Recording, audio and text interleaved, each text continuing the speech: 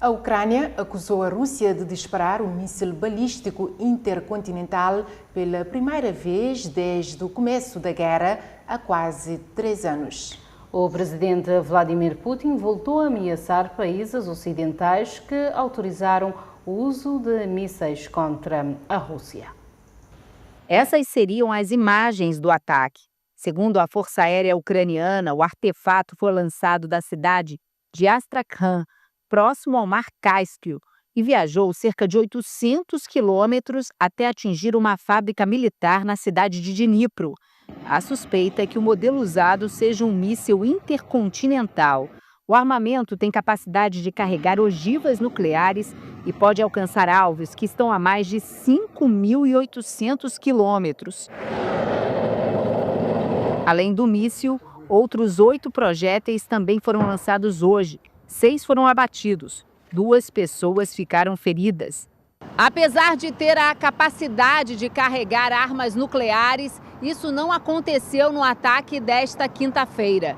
Para especialistas, o uso desse tipo de míssil intercontinental seria um alerta russo para a capacidade do país de escalar de forma rápida e perigosa a guerra que já dura 2 anos e 9 meses.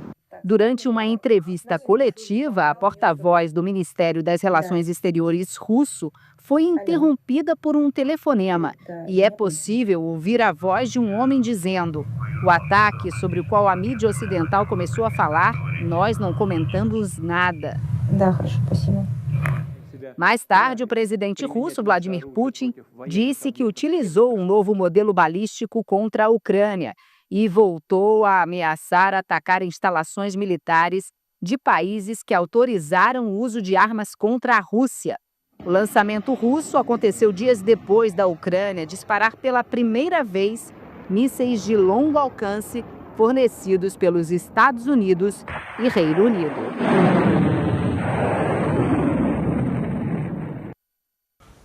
Os mandados de prisão emitidos pelo Tribunal Penal Internacional nesta quinta-feira contra o primeiro-ministro israelense Benjamin Netanyahu e seu ex-ministro da Defesa e também o chefe militar do Hamas provocaram uma onda de reações em todo o mundo. É verdade. Eles são acusados de crimes de guerra e contra a humanidade. O chefe da diplomacia europeia, Josep Borrell, disse que os mandados devem ser respeitados e executados. Já o presidente americano Joe Biden qualificou a decisão de escandalosa, afirmando que não há equivalência nenhuma entre Israel e o Hamas. A decisão limita os movimentos das duas autoridades israelenses. Em princípio, qualquer um dos 124 Estados-membros do tribunal seria teoricamente obrigado a prendê-los se entrassem em seu território. Os Estados Unidos e Israel não integram o TPI, um tribunal permanente responsável por processar e julgar indivíduos acusados de genocídio, crimes contra a humanidade e crimes de guerra, fundado em 2002. O primeiro-ministro húngaro Viktor Orbán, cujo país detém a presidência rotativa da União Europeia, disse que vai sugerir para o primeiro-ministro israelense protestar contra o mandato da prisão do Tribunal Penal Internacional. Já a China espera que o TPI mantenha uma posição objetiva e justa e exerça seus poderes de acordo com a lei.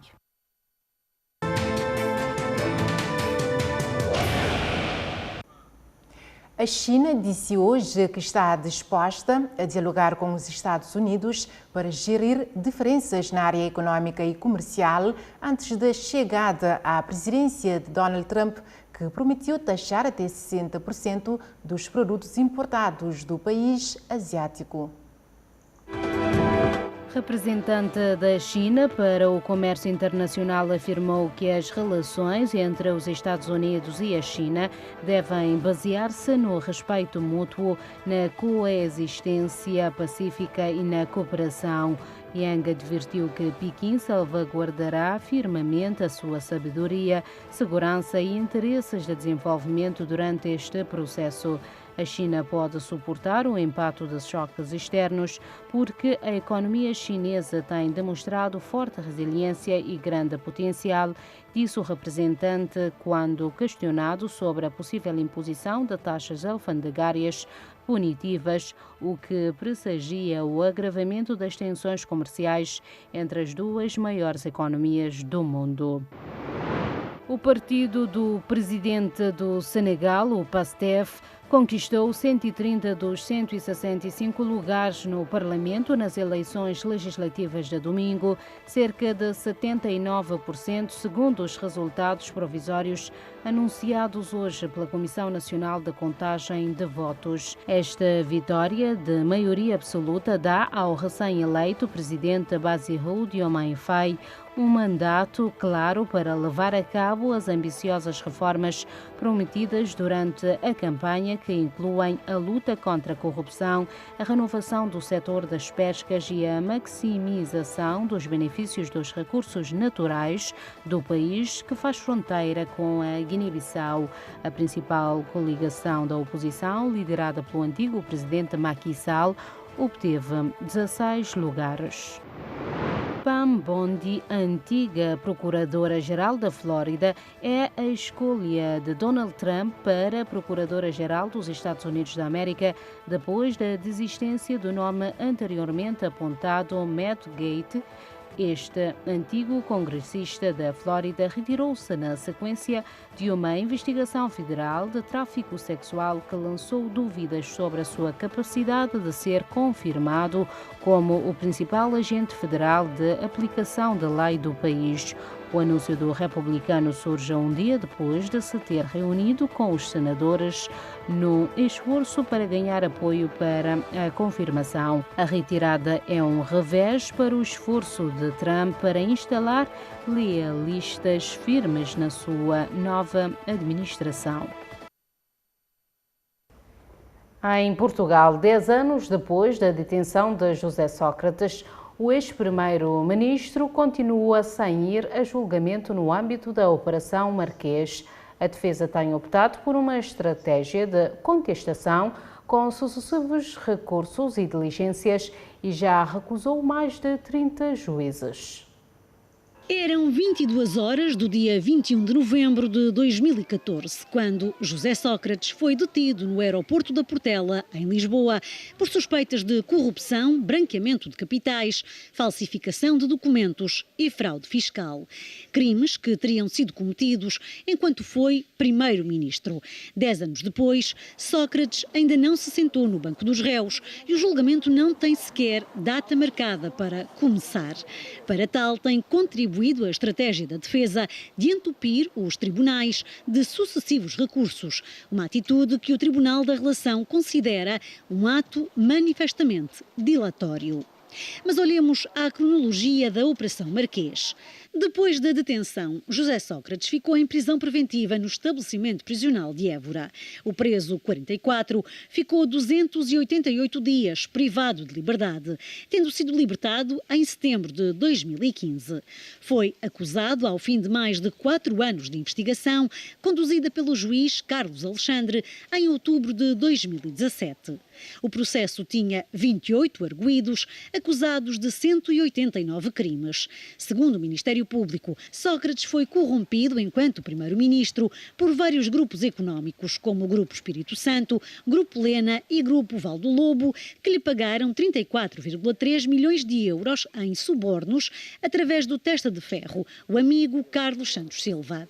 Seguiu-se a fase de instrução, atribuída ao juiz Ivo Rosa por sorteio. Em abril de 2021, ao fim de 3 anos, Ivo Rosa divide o processo em 2, mas antes faz praticamente tábua rasa do trabalho de Carlos Alexandre e do Ministério Público. Arquiva 172 dos 189 crimes e iliba Sócrates de todos os crimes de corrupção, pronunciando-o apenas por 3 crimes de branqueamento de capitais e falsificação de documentos.